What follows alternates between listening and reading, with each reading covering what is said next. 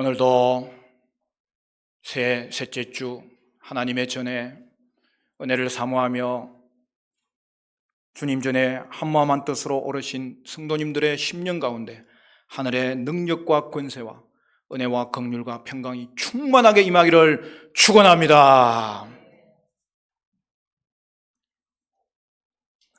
미국의 수도인 워싱턴 DC에 가면은 여러 가지 볼거리가 있는데요.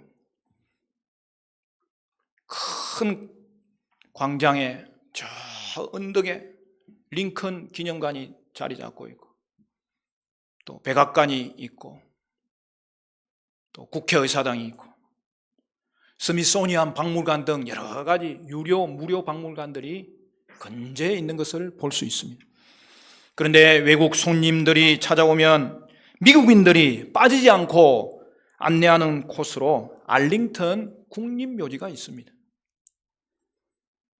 우리는 이곳에서 케네디 대통령을 비롯한 여러 익숙한 이름들의 국가 지도자 무덤을 찾아볼 수 있습니다.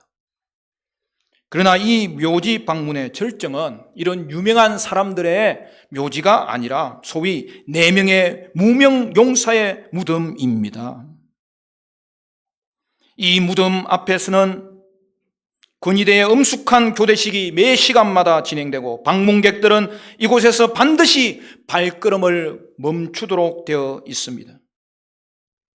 이렇게 하는 이유는 한 나라를 지켜온 것은 유명한 사람들이 아니라 소위 무명의 영웅들에 의한 것이라는 교훈을 주기 위함입니다. 오늘 본문 11장 말씀은 성벽 건축 완공 이후에 이 성을 지키고 가꾸는 일에 헌신한 무명의 자원봉사자들의 모습을 정언하기 위해 기록되었습니다. 사람들은 도시에 살기를 원하지만 당시 예루살렘의 상황은 그렇지 않았습니다. 성전은 재건되었지만 140년 전에 함락되었던 예루살렘은 그동안 황폐한 채로 방치되었습니다. 예루살렘 성에는 소수의 사람만 살고 있었습니다.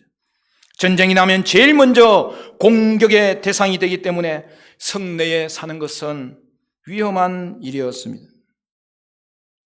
성벽이 재건되었지만 그것 이상으로 중요한 것은 이제 이 성을 지키고 관리하는 것입니다. 그래서 11장 1절을 보면 우선 백성의 10분의 1을 예루살렘 성내에 살도록 제비를 뽑아 인구를 배치하였습니다. 2절에 보면 그것만으로 모자라 자원자들을 모집해서 성내에 살게 하였습니다. 당시 이스라엘 백성들은 이 일에 기꺼이 자원자로 헌신하였고, 느헤미야는 이 아름다운 헌신을 격려하기 위해서 11장 3절 이하에 자원한 헌신자들의 명단을 기록했습니다. 그는 이 명단에서 특별하게 기억되어야 할 헌신자들의 명단을 아주 꼼꼼하게 새겨 놓았던 것입니다. 우리는 이 명단을 통해 하나님의 백성들이 시대를 초월하여서 변함없이 하나님 나라를 위해 헌신해야 할 영역들을 발견하게 됩니다. 사랑하는 성도 여러분, 오늘 우리가 다시 한번 돌아봐야 될 헌신의 영역들은 무엇일까요? 첫째로 예배에 헌신하는 것입니다. 여러분, 오늘 본문 11절, 12절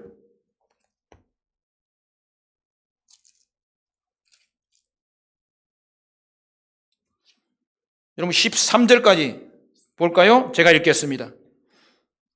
11절, 10절부터 11절, 12절. 제사장 중에는 요야립의 아들 여다야와 야긴이며 또 하나님의 전을 맡은 자 스라야이니 그는 힐기야의 아들이요 머술람의 손자요 사독의 증손이요 무라요스의 현손이요 아히두버의 5대 손이며 또 전에서 일하는 그들의 형제니 모두 822명이요 또 아다야이니 그는 여로함의 아들이요 블라야의 손자요 암시의 증손이요 스라의 현손이요 바스훌의 5대 손이요 말기야의 6대 손이며. 여러분 여기 보면 우리의 눈에 띄는 것이 12절에 보면 전에서 일하는 형제다. 그 헌신자들이 822명이었다라고 보고하고 있습니다. 여러분 대단한 숫자 아닙니까?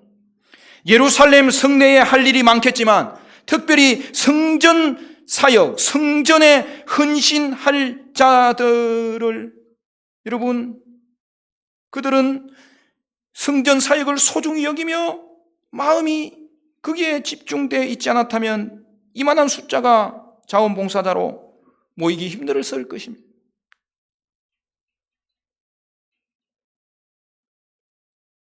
그들에게 성전에 모여 예배하는 일보다 더 중요한 일이 없었기 때문입니다. 아니 예배를 통해서 그들은 인생을 사는 진정한 비전과 용기를 얻을 수 있었던 것입니다. 그래서 성전 섬기는 일에 백성들이 앞을 다투어 자원한 것을 볼 수 있습니다. 여러분 구약에서도 성전 사역이 중요했지만 여러분 신약 시대에는 예배가 우리의 삶의 전부예요. 왜 그렇습니까? 우리가 함께 모여 예수 이름으로 하나님의 이제는 지성소까지 나아갈 수 있도록 우리에게 하나님이 축복하셨기 때문입니다. 여러분 예배를 사모하십니까? 예배를 통하여 하나님의 지성소 안에 들어가고 있습니까? 그리고 예배의 은혜를 간직하고 계십니까?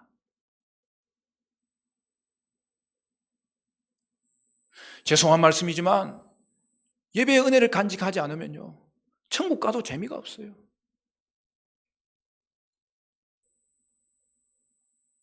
물론 천국에 합당한 자가 되지도 않을 것이지만 말입니다.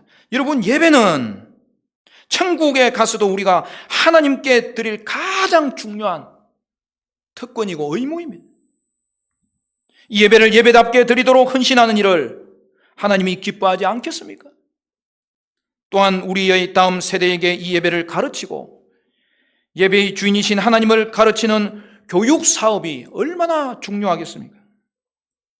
그러므로 사랑하는 여러분, 예배를 자녀에게 가르쳐야 됩니다. 함께 예배해야 됩니다. 예배의 본이 되어야 됩니다.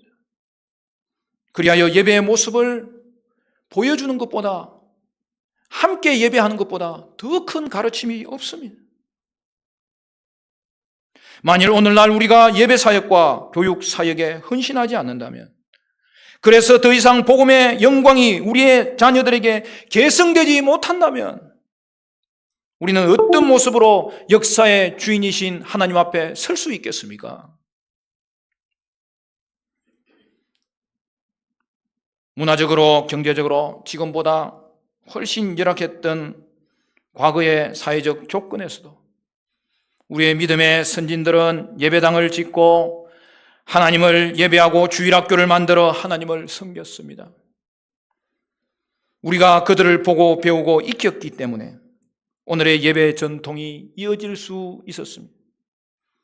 그렇다면 이제 선조들의 모범을 따라 우리 시대에서 어떤 헌신을 드려야 할까요? 우리에게 또 다른 예배 봉사자들이 일어나 예배 사역으로 주일학교 교사로 헌신할 수 있기를 기대합니다. 둘째로 작은 일에 헌신하는 것입니다.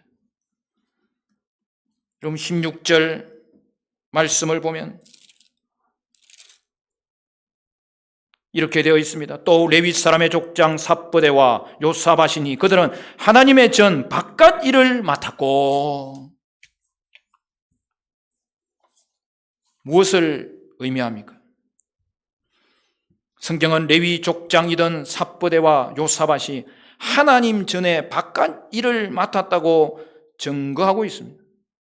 성전 사역을 제대로 진행하려면 성전 바깥의 사역도 잘 수행되어야 됩니다. 일은 아무 눈에 띄지 않는 사소한 일, 그러나 꼭 필요한 일들에 봉사한 것을 말합니다.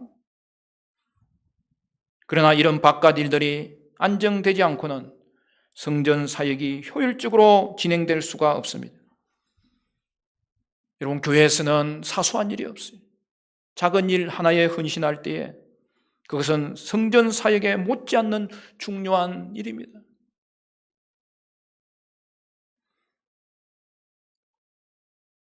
(19절에는) 성의 문지기들의 이름이 이들과 함께 언급되고 있어요. 오늘 우리도 차량 봉사로, 식당 봉사로, 또한 안내로 봉사하는 사람들이 너무나 귀한 거예요. 우리는 보이지 않는 곳에서 이름도 없이 빛도 없이 봉사하는 사람들을 기억하고 감사할 수 있어야 될 것입니다. 한편 보이지 않는 곳에서 섬기는 분들도 교회의 격려가 부족하다고 해도 하나님이 기억하신다는 사실을 잊지 마십시오. 그런 분들이야말로 잊혀져서는 안 될 하나님 나라의 영웅들입니다. 세 번째로는 기도로 헌신하는 것입니다. 17절을 보면 우리에게 매우 낯선 인물 마따냐라는 사람이 나옵니다. 그는 어떤 사역을 감당한 사람입니까? 17절, 우리 17절은 같이 읽을까요? 17절 말씀 시작. 또 아삽의 정손 삽디의 손자 마가의 아들 마따냐이니 그는 기도할 때에 감사하는 말씀을 인도하는 자가 되었고 형제 중에 박부갸가 버금이 되었으며 또 여두둔의 정손 갈랄의 손자 삼모의 아들 압다니. 여러분, 기도할 때에라고 했어요. 우리는 이 사역의 역할을 정확하게 알 수는 없지만 분명한 것은 그가 기도 사역에 헌신한 리더였다는 사실입니다. 사랑하는 성도 여러분, 우리에게도 예배를 위하여 설교자를 기름 부어주시기를 위하여 그리고 우리가 은혜 받도록 기도하는 분들이 있음을 기억할 수 있어야 됩니다. 우리 교회 수요 예배는 특별히 중보하며 기도하는 시간인데요. 교회를 위하여, 예배를 위하여, 성도들을 위하여, 사역자를 위하여, 환우들을 위하여, 국가와 민족을 위하여, 선교를 위하여 기도하는 시간입니다. 여러분도 중보 기도에 헌신할 수 있습니다. 그리고 네 번째로 찬양으로 헌신하는 것입니다. 22절에는 우시라는 낯선 사람이 소개되고 있습니다.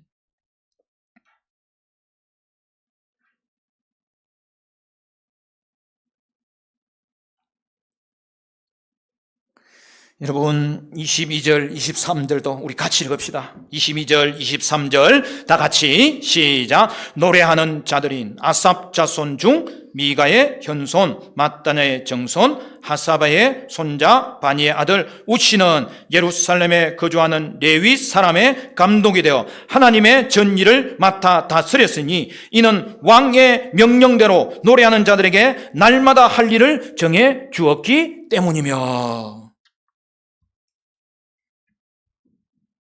여러분, 여기에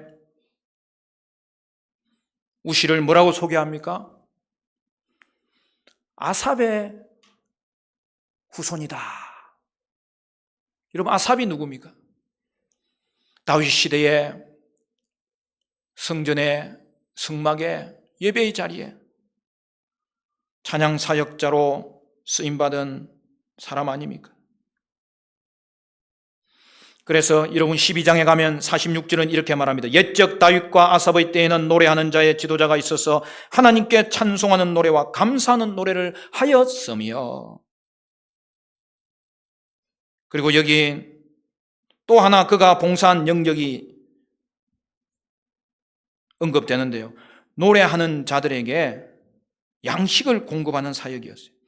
여러분 23절을 한번 넣어보십시오. 뭐라고 되어 있습니까? 이는 왕의 명령대로 노래하는 자들에게 날마다 할 일을 정해 주었기 때문이며. 여러분 여기에 왕은 누구예요? 지금 포로에서 돌아왔기 때문에 여러분 이스라엘은 아직도 국권이 완전히 회복된 건 아니에요. 이때 여러분 이스라엘을 다스리는 왕이 누구예요? 바사 왕국 페르시아의 아닥사스다 왕이에요. 여러분 아닥사스다 왕이 찬양대를 지원했다는 뜻입니다. 여러분 24절에도 브다히아의 사역에 왕이 지원했다고 또 한 번 표현이 나오고 있어요.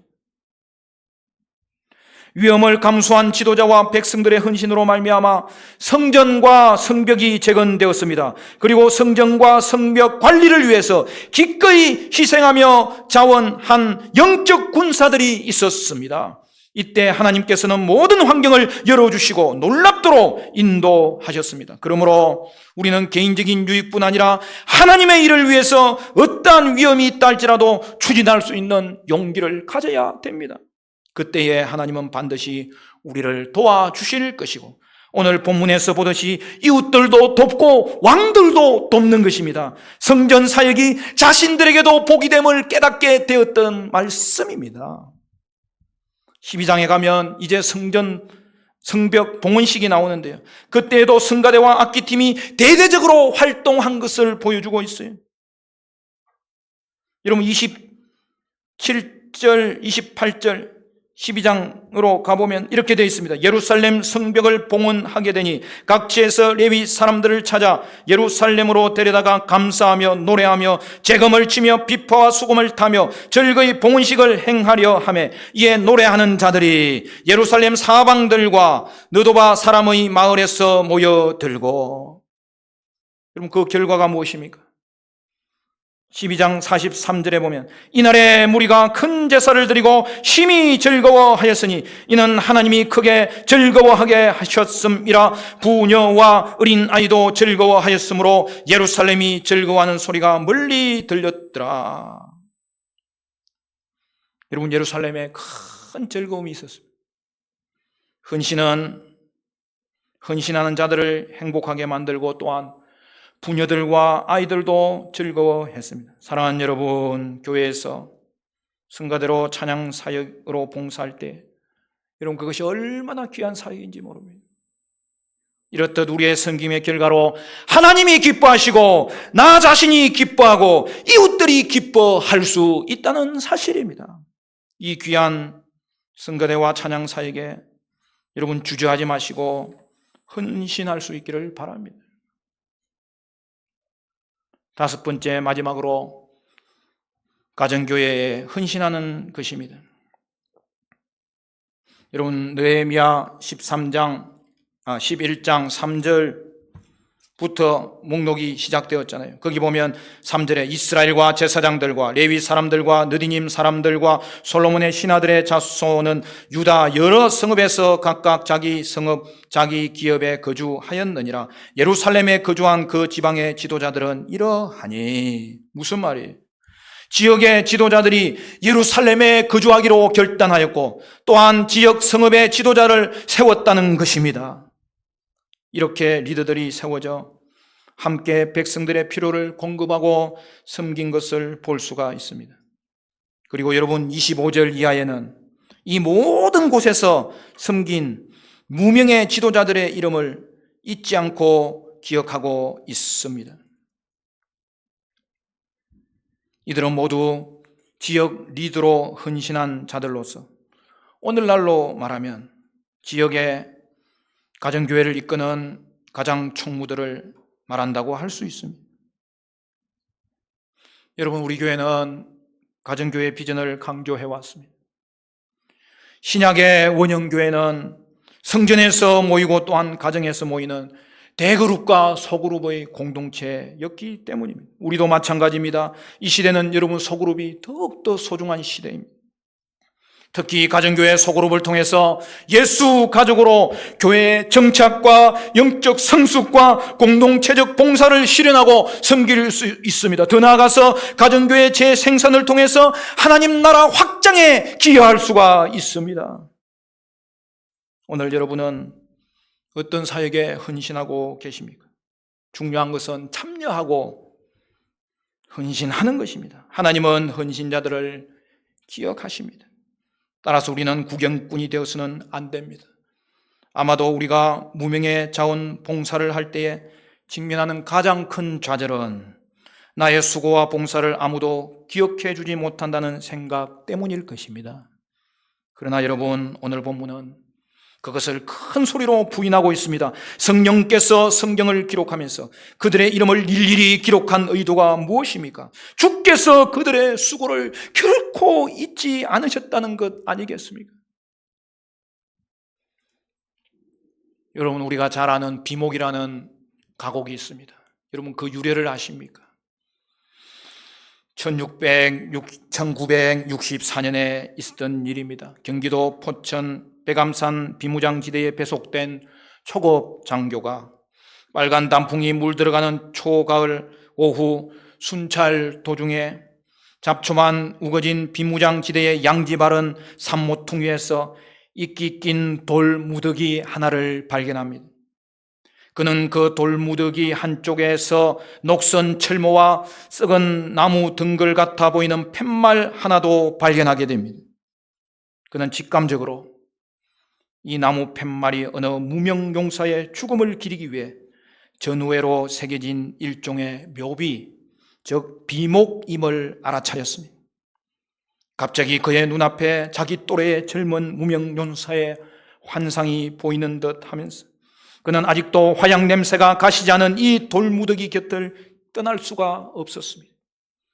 그는 이미 그리 희미하게 지워진 나무 팻말 대신 민족 공동체를 위해서 인생을 꽃피우지도 못하고 헌신한 젊음을 기억하며 주머니에 버려져 있던 구겨진 종이 한 장을 꺼내서 시를 써내려가기 시작했습니다.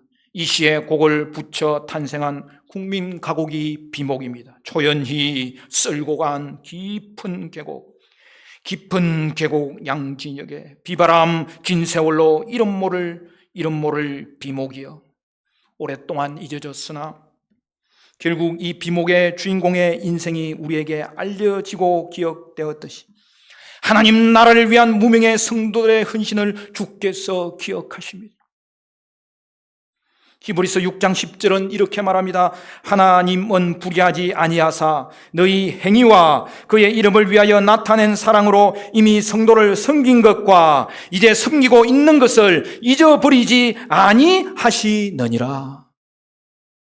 여러분, 사도 바울이 성도의 삶을 요약적으로 기록한 여러분 고린도후서 6장 10절 11절은 어떻게 말하고 있습니까?